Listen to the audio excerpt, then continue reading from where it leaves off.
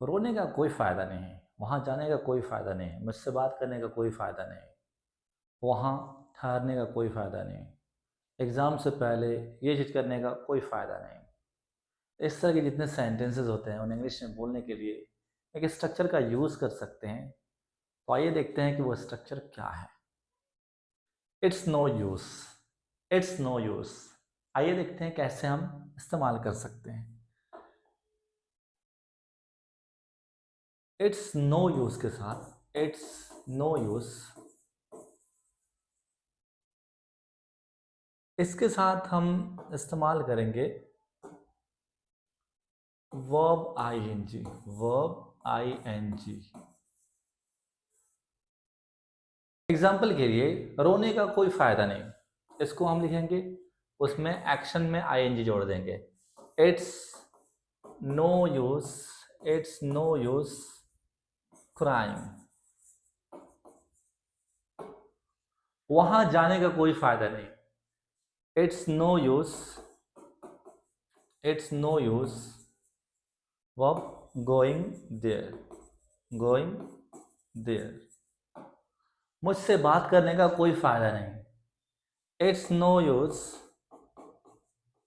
It's no use talking to me, talking to me. अब मैं आपको सेंटेंसेस दे रहा हूं, आप ट्राई करें इंग्लिश में। यहां ठहरने का कोई फायदा नहीं। 1, अगर आपका आंसर है it's no use staying here तो सही है। दूसरा एग्जाम्पल आप ट्राई करें। इस चीज को खरीदने का कोई फायदा नहीं।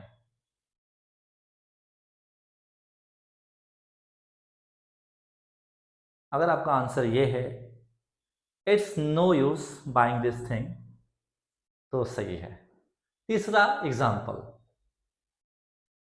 इंटरनेट पे ये चीज देखने का कोई फायदा नहीं।